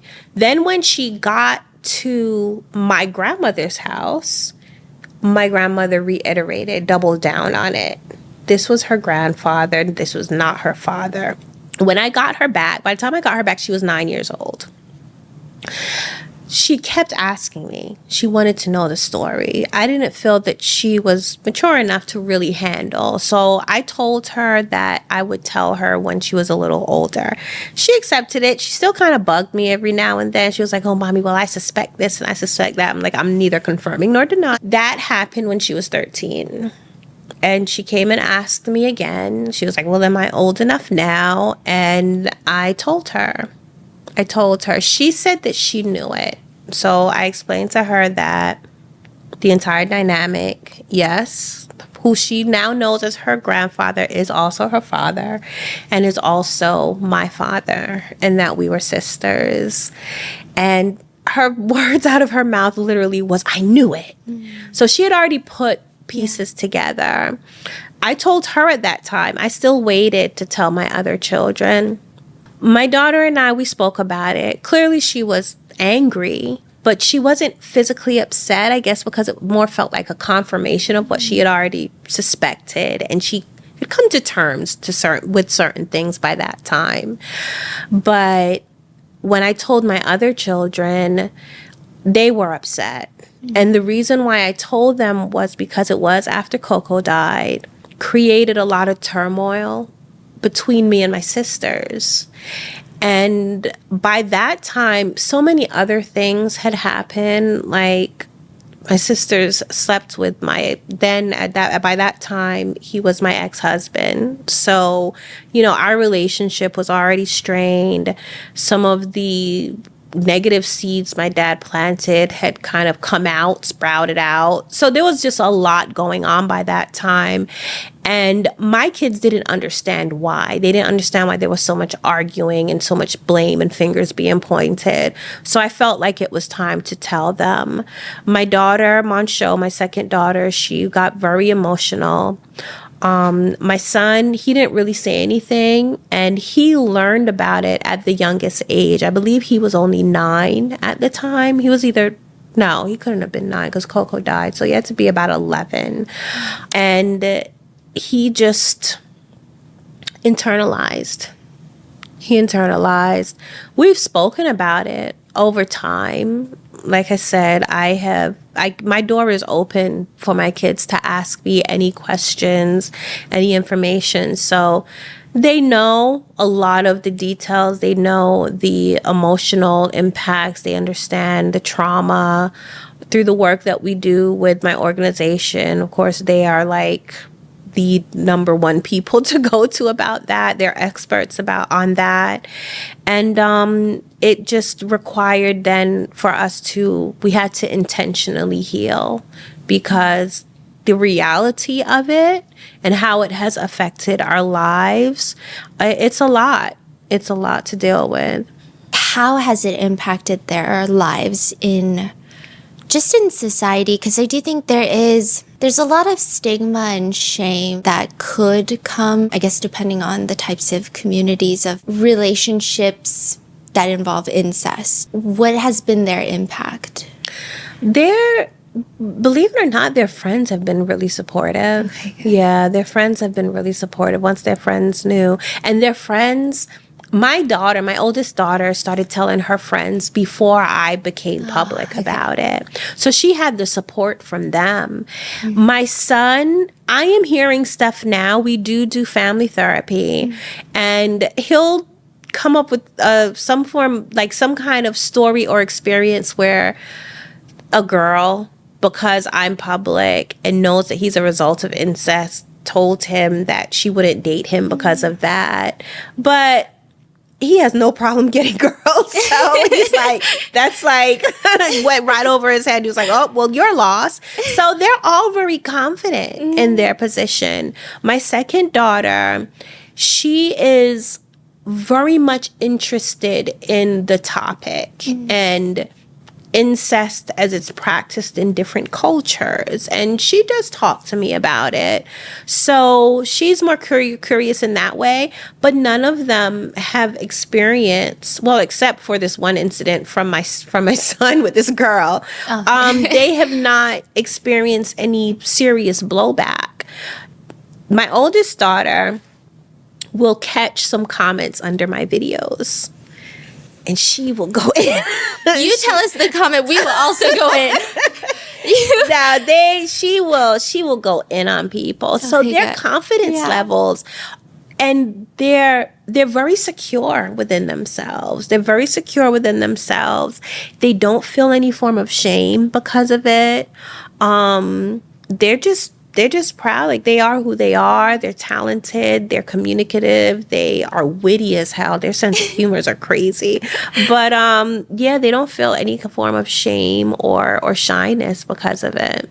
You end up escaping. And then a few years later, you guys turn your dad in. Right. And then there's a whole trial that you have to testify in. What was that like? It was nerve-wracking. Yeah. It was scary. It was scary because I knew I would have to see him again. It was nerve-wracking because the judicial system is not far from perfect. Oh my gosh, it's so far from perfect. My experience with the detective was scary. When we first reported and I had to give him my account, it was scary. And then when we got to the stage that the prosecutor, judges were being assigned to the case. Some of them was like, well, why did they wait so long? And incest is legal in New Jersey. So, so we got a lot of that. And it was like, we got to wait for another judge because we can't have a judge that has bias. So that process was strenuous. But the prosecutor, she was committed. She was dedicated. We had to prove a lot. I had to prove that my father was my father. I had to prove that my father was also my kid's father. I had to prove that he threatened my life. And then because incest is legal in New Jersey, specifically after you turn 18, you're considered consenting adult. The only way he could be charged with him abusing me after I turned 18 was if it was under violent circumstances. So he would have to be now violently raping me for him to be charged with any form of abuse. So that was just a lot. At the same time, I learned a lot. I learned a lot about the system. I learned a lot about the judicial system. So I'm grateful for that because now I am working to strengthen it, to make it easier for other victims and survivors to report. But the day that I had to testify in front of him, here I am thinking, I'm this far on my healing journey. I'm confident. I have my kids back. I'm working. I'm getting an education. I was putting myself through college. As soon as I saw him, all of that disappeared. How old were you? by then I had to be 35. Yeah, 34, 35. I reverted right back to the little girl that I was afraid of him. But I collected myself, but I became very self-conscious of my body. I don't think that I had fully come to terms with the idea that what happened to me was not my fault. Me being in his presence, I started looking at myself to make sure I didn't do anything that would, trigger him or arouse him in any way. But I took audit of myself. We had a preliminary testifying. It wasn't in front of a jury. It was only in front of the lawyers and the judge. So then the judge can decide which questions are allowed and what shouldn't be allowed. And after I finished, I collected myself. I was able to internalize, do a lot of introspection, and get myself ready for the actual my actual testimony. So, and even that was strained because, of course, the defense attorney has to ask questions. Oh, yeah. What is the cross-examination like? It makes you feel so invalidated because they're really trying hard to make it look like that you're either lying or you asked for it or why didn't you tell? So there were things that I was testifying that only my father knew about because he was the only person in the room other than myself, and she challenged every one of those things. Yes, he had a female defense attorney. I mean, that was strategy. Yeah. And I heard that he went through two other lawyers. They started the process once they started hearing what the charges was and started reading the reports that me and my sisters gave to the detective. They decided they couldn't continue represented him.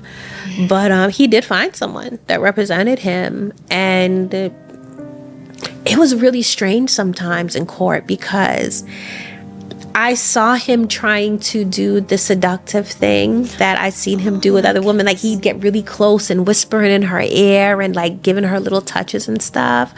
And I was like, this is so creepy. Like, this is his attorney. But she did her job. Another part that was difficult was seeing some of the jury members look like they didn't believe me. That was tough. There was this one woman specifically, every time I described something, she rolled her eyes. Yeah, it was. So, I mean, but I was determined to have him be held accountable.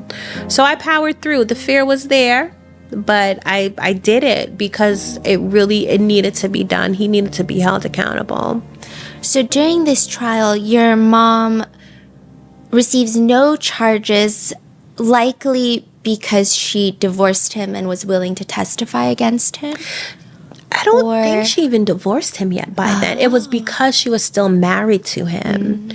And she waived her whatever right that is for a spouse to not testify against, for a married person to not testify against their spouse.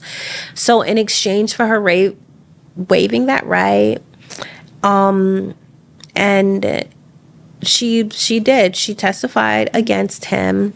Her testifying, was there some sort of closure? Did you feel like she was finally coming around, or did you feel like it was advantageous to her situation? Yeah, no, it was definitely advantageous for her, and I love my mom. I have to love her from afar now. I cannot be around her. She has not healed enough for us to interact.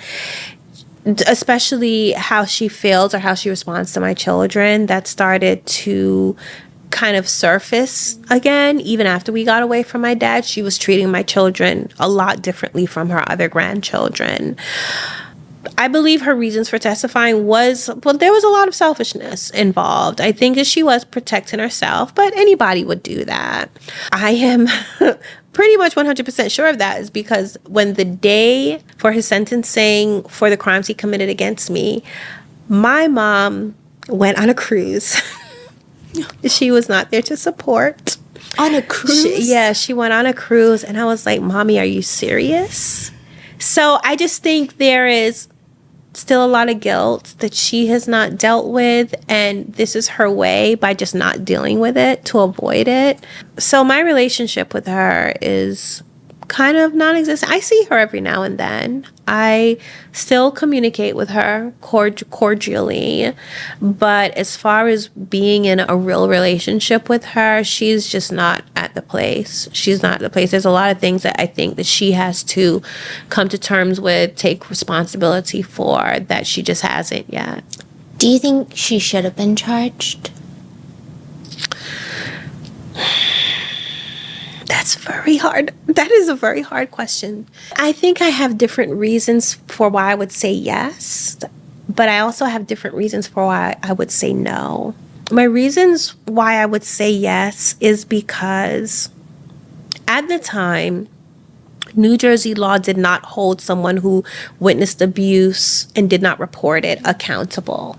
Right? That has changed. I believe 2019 is when now they changed it. That has a negative impact on people reporting. As I said before, I found out later on there was a lot of people that suspected, saw things, and didn't report, but they could not have been held accountable legally at the time. So I do think that yes, she should have been held accountable. One, as an example to other people, like if you see something, you suspect something, you should say something. I think that it would have contributed to the efficacy of the system in general in protecting children and protecting abused people. At the same time, I would not want her to be charged because she was an abused woman. And she was severely abused. My father severely abused her. And I don't think that there are enough things in place to manage and support abused women, especially women that are abused in that way and have children that have been abused. So, her life was at risk. She feared for her life. Yes, because I know her and I was there and I witnessed and was on the receiving end of her selfishness. I could say, well, no, she should have been held accountable. But at the same time, as a professional, someone in this field, I think that she should have been shown grace and, if anything, been assigned some kind of counseling and support services so that she can make better decisions going forward. You started getting molested when you were 8. Mm-hmm. You finally testify when you're 35. How much of an impact do you think being Black in America played in that? A lot. I mean, one, my father used that, right? He used that to keep us oppressed. It's something to be oppressed within a system of oppression. So he used the fact that we were Black and people on the outside, the things that are put in the position to supposedly protect everyone, is not going to protect us because we're Black. So there was the fear of, well, I'm being abused by my father. That's a devil that I know. But then if I try to get away from him, then there's this whole other devil that I don't know that will abuse me as well. So he definitely used that. He educated his family on the social issues that Black people face. That created a fear of the outside world. It definitely did in me. I know it did in my mom. We felt like we could not reach out for help. Then there is the gender dynamics and gender biases. My father had friends. He had a friend that was a police officer, but that was his friend. And definitely for me, well, if my father is doing this, and this is how my father treats women, and this is how I was raised, this is how women are supposed to be treated, every man is treating women like this. I also heard his conversations in the music industry with all of his celebrity friends and music professional, how they really dehumanized women and over-sexualized and taken advantage of, video girls. And so all of those things, all of these social issues that we are facing today definitely has a deep impact on the smaller social systems, which are families. And I think abusers definitely take advantage of that. And I know before Essex County, you had really bad experiences talking to people, trying to get help. That was because you were Black. Is that something you think has been changing, or is that something that's still? We were in Monmouth County. I've only been there to go to the beach, so I don't know what the social systems are like personally. However, I have had women reach out to me and said it's the same. And they've shared their experiences with the systems down there, specifically dealing with domestic violence. They're like, look, if you are a Black woman, do not move to Monmouth County. Now, that could be taken as hearsay, but that's their experiences that they've taken with me. So I don't know. I don't think it's changed very much. But I do think some of that could be lack of education, meaning a lack of education for the social workers and the law enforcement. And because racism it's so ingrained in our society that I think even those people who aren't innately racist, because they are functioning within a racist system, they automatically are going to take advantage of the power that racism gives them. So I think a lot of those things still exist, and that could just take some education and some empathy in order for it to change. Being a victim of sex crimes in America is already difficult. Do you think being a victim who is also a person of color, does that add an extra level of difficulty in getting your voice heard, in authorities taking you seriously? Yes, definitely. And I think because it intersects with how being a person of color, how people of color are treated within the medical system and within law enforcement. So because Black women specifically, our levels we're expected to have a higher tolerance for pain. Yeah, that is... Right. So you have a woman who has experienced domestic violence, her injuries just aren't taken as seriously just because of that alone. So because the abuse intersects with all of these other things, and then with law enforcement, if they're already discriminating against people of color because we have been labeled as violent, right, then it's not so much of a big deal. So all of those things play a role. And that's why even when I do my speaking engagements, I have to bring up the cultural sensitivities that vary between different ethnicities and different races and different backgrounds. Even when you're dealing with a survivor, they may have things within their culture, their religion, that will prevent them from addressing certain things or saying certain things or being forthcoming with the information. And I think that the people that work within the systems that are supposed to help, support, and protect needs to be educated on all of these little elements and nuances. Yeah. Did you feel like you got support during testifying and during the trial? Yes, okay. Definitely. Okay, good. Definitely. Oh my gosh. Lisa Secretary, I tout her, listen, that prosecutor from Passaic County, she was the assistant prosecutor, she was absolutely amazing. That whole prosecutor's office, they were so supportive. And he was sentenced to 90 years. 90 years total. Have you gone to visit him? No. But I plan to. I started the process by reaching out to some of his family, his sister and his brother. I was told that his brother is the only person on his list. Apparently, he has to create a list to decide who can come and visit him. And I would have to go through his brother to get me on the list. So that's a work in process, but I'm going to do it. And I'm going to do it for 2 reasons. And it's something, because the second reason I really just came to the conclusion of. Okay. So the first reason is, one, I want to pick his brain. I want to get as much information as far as his thinking, go more in depth, like ask him questions if he had been abused so I can get a clear answer, not have to speculate. And as far as his different stages of when he decided to escalate from molestation to rape. How did he come up with these philosophies and these theories?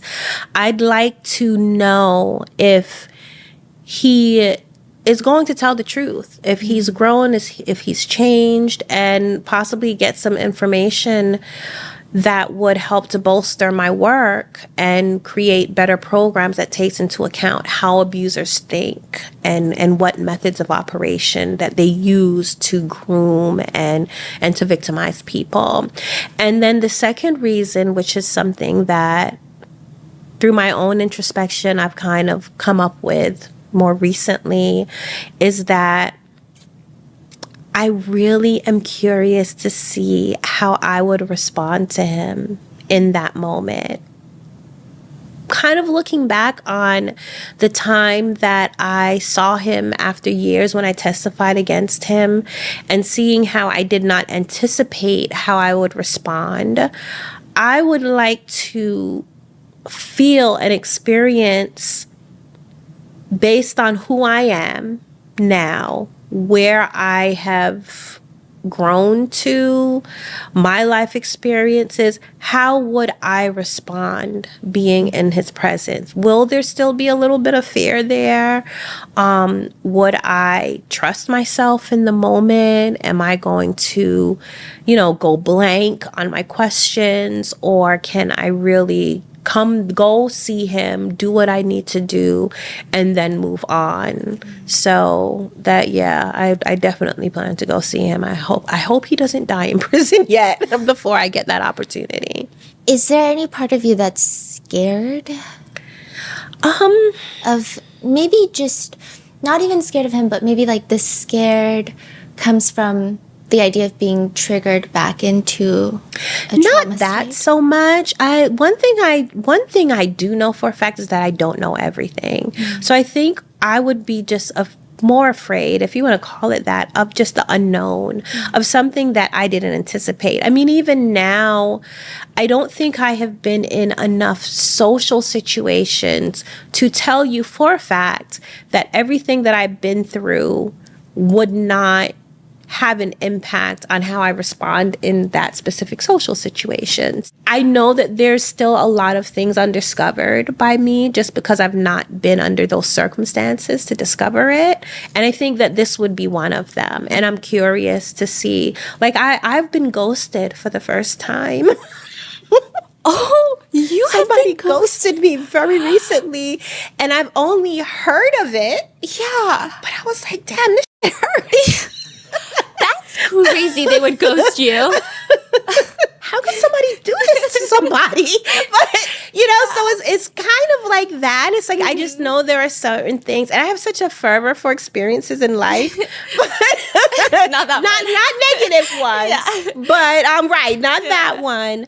But yeah, I'm really curious on how I would respond. Like, am I as strong as I think I am, kind of thing, So that's a new reason. I have decided that I want to see my father in prison since he was sentenced, because even at his sentencing, he was still denying things.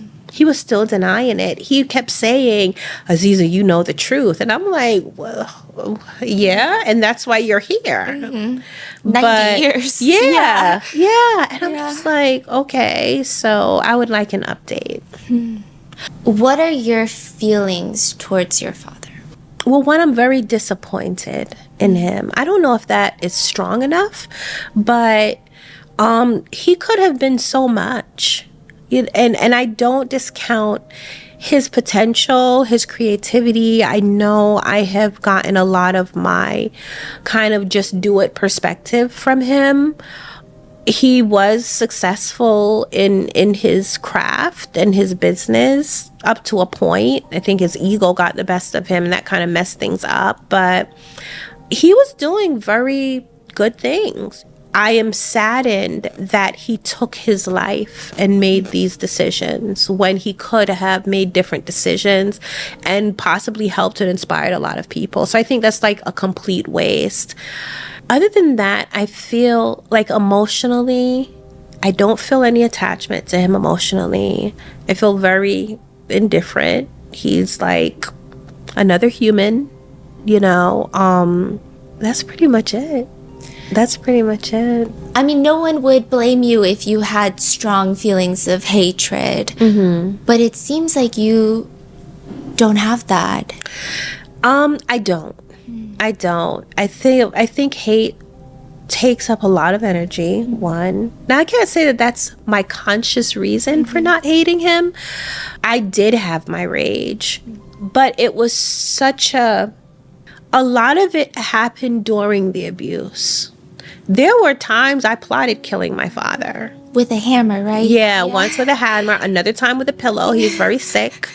That's just how angry I was. And that's how much I wanted what he was doing to me to stop. I was literally thinking of committing murder. Even beyond that, trying to poison his food. So I think that this is the thing with long-term abuse. You go through all of those things at different stages, you know? So I experienced all that. So by the time I came to the end of it, so much of it was about my children, creating a life for them, healing myself, trying to enjoy life because I spent so much of it suffering. And any anger that I had for him just wasn't that important anymore. And that's pretty much where I've been and how it has been. It's just not important for me to be angry at him. But I did experience the anger at different times. I know it probably plateaued that time that I cursed him out, because there was so much stuff just came out, you know, in my head. And I think if I was a little more out of my mind at the time, I probably would have physically attacked him. But since then, yeah, no, I don't have any like moments of anger. Every now and then when I have challenges with my kids, I think maybe I do get a little, that would be the only thing, because sometimes, though I don't want to dwell on the coulda, shoulda, wouldas, I have to acknowledge, like, it's hard not to acknowledge that my daughter would not have PKU had she not been born as a result of this situation, that my daughter who passed away didn't have SMA because of it, and any challenges that my kids have, the fact that they don't have a father, you know, and that they have to deal with everything that comes along with this situation. Yeah, that pisses me off sometimes. But it's not like a personal direct anger towards him. It's more just about the situation. And I do know that if I was to dwell on it, I would probably be miserable. Because there's nothing I can do to change it at this point.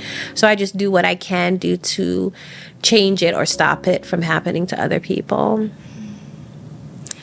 What is your relationship like with your siblings, specifically your sisters who also were abused? So right now, I'm only in communication with one.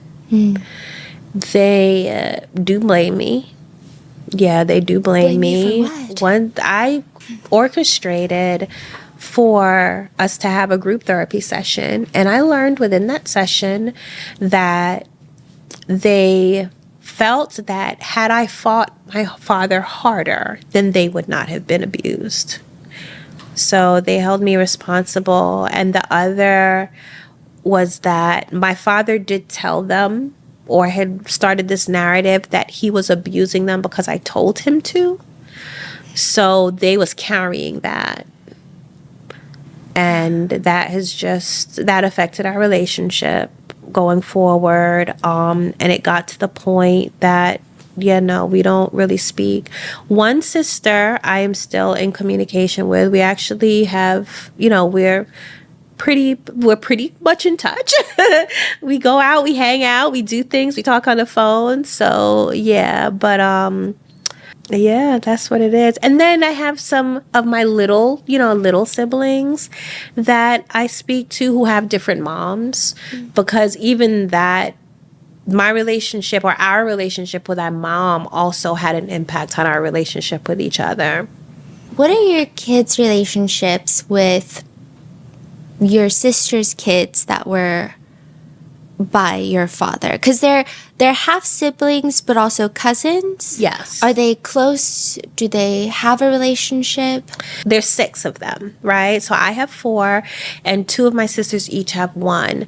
One is completely disabled. He doesn't communicate. He has some very rare genetic disorder. So he communicated with us, and we were very close. At one point, he even lived with us. But since the communication between my sister and I, his mom, deteriorated, now we never see him. So they don't communicate. And then my niece, she is involved. I would say they definitely have more sibling rivalries than like cousins. So they did, every now and then they're arguing, and they're best of friends, and they're arguing, and they're best of friends. But like she volunteers with the organization and everything. So we're cool. I know like there's a lot more information, but I just need one little snippet of your sister slept with your ex-husband. What? Yes. Which one? It was 2 of them. Oh. It was 2 of them. And I do chalk it up to one, we did not know what a healthy relationship was. Then there is the fact that we was raised in a polygamous lifestyle. Yes, my father was raping us and everything was done against our will, but we had been conditioned to being with the same man. That's how I rationalize it. However, there had been enough time passed, and I felt that we built up a good relationship with each other. I also had the conversation with them like, okay, guys, we can't do this. We can't do it. My man is my man. Your man is your man. We laid all of that stuff out. Then one day, my younger sister, she was actually the one that was a baby when I first started being molested. She comes to me crying, saying how I have the perfect life. Now, my husband and I, we had been together. I think I was pregnant at that time. Yeah, I was pregnant with my youngest son. She's crying how I have the perfect life and blah, blah, blah. And she wants my life and so on and so forth. My baby was 5 months old, and my husband confessed that he had been having an affair with that sister before we even got married. Started before we even got married. Then 3 years later, I found out that my other sister also had an affair with him. And the reason why it came out was because the first sister was suspecting the other sister, and they started arguing about it. And then that's why my ex-husband decided to confess. So, yeah, it was still a lot of drama. I was like, guys, can we just... There was a lot of healing that needed to be done. I understand that. That's most of why I forgave them. Clearly I'm no longer with him. I've not been with him for a while, and I definitely felt that my relationship with my sisters was more important to maintain. I was not ready to end my relationship with them over a man who was not going to be around anymore. So You mentioned in an article that when you go out with your kids, sometimes people will ask you as a joke, are you guys siblings? yes. And you guys have a good little giggle about it. What do you guys answer? What is the response? Well, the response is no, these are my kids. Yeah. Like, this is my mom or my daughter. My daughter is usually the one that responds. At least my oldest, she usually says, no, that's my mom. But we always we look at each other like, if they only knew. If they only knew. I just want to say, after this, I don't know how many hours of episode, I just want to say you are one of the best mother. When you Truly. walk in, it's like a bubble of compassion that you walk in with. I don't even know how to describe it. I just feel very safe around you. Really? And I'm usually very anxious. No, I don't even know how to put into words your energy. Your energy is crazy. Wow. Yeah. Thank you for Oh telling my gosh. me. And I think, I mean, I can only imagine that your kids are amazing. Okay, so they're all in their 20s now? My oldest is Yes. 31. Yeah. What are your kids doing? What are you focused on? So I'm focused on Precious Little Ladies Incorporated. Our mission is to end sexual abuse, gender-based violence, and incestuous abuse. All of my kids are involved in that. They are all involved in that. Some of them it's like an event basis, but others just on a daily basis. My oldest is the most involved. She loves to sing and write. I think she's still trying to find what she wants to do in life. So, but that's up to her. She's definitely a creative, but she's also an introvert. So, and then Monchelle, my second daughter, she also loves to write. I guess they all took after their mom that they love to write. She also helps with the organization. And then my son, Aloba, he is a dancer. That's Mr. ASAP Rocky number 2. Though I don't really see it. I don't see no, I don't see the resemblance. That could just be because he came from me. I don't know, but I don't see the resemblance. I see. But everybody says, and he definitely uses it. But he dances. And I'm learning that he actually has a pretty good singing voice. Sometimes him and Arish, my oldest, will have these jam sessions and he's harmonizing and stuff, but he wants to get into acting, modeling, that kind of thing. Right now he just has, a job to pay the bills. And then my youngest, who is my son for my ex-husband, he and it's funny, like his role in all of this, he's so kind of back and forth, but you would never know that they had different fathers because they're just siblings all the way. So there is no, you're a half sibling or anything like that. He is very active he's about to go to college actually. But everyone is just very creative. They're just very creative. And then they support me, which is a blessing. I did not go out in public with my story without speaking to them about it first. I do check-ins, with them, make sure that they're okay with this. Right now, we are working on a larger project, more like documentary-ish, and Aloba is a natural at it. He definitely loves the camera. My son, he definitely loves the camera.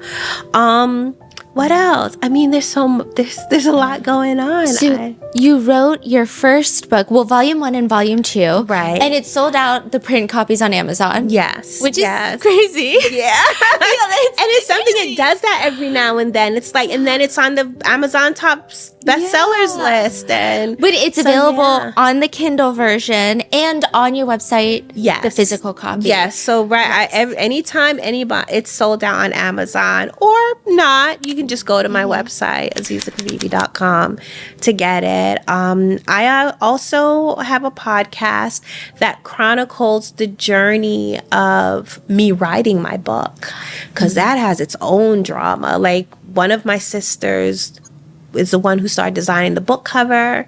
Everybody agreed. Some people chose their pseudonyms, and then suddenly everybody was against it. So I talk about things like that through the process. I also go into depth on what testifying against my father was like. So there's that. It's called Self-Published, so you can find it anywhere.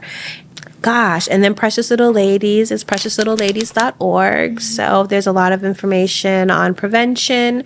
And then Aziza's Law. So as I talked about incest being legal in New Jersey, I'm working to change that. So what is the opposition of not making it illegal? That's a very good question. Because I don't understand. Yeah. Some people believe, some legislators believe that it may infringe on certain religious belief systems. But New Jersey is only one of 2 states. 48 states, it's illegal across the board.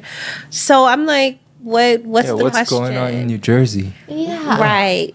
That's what a lot of people ask. I have yet to find out, but so far it's been echoing that it could infringe on some religious belief systems.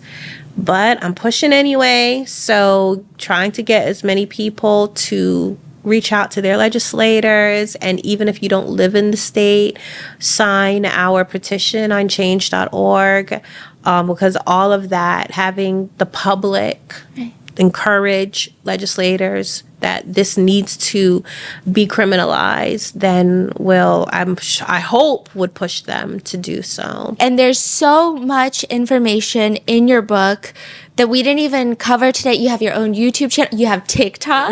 Yes, I do. See, I go where eyes are. It's like, I knew young people who needed to hear my message and feel like they weren't alone. They were on TikTok, so I went to TikTok. And How has that been like? Do you like it?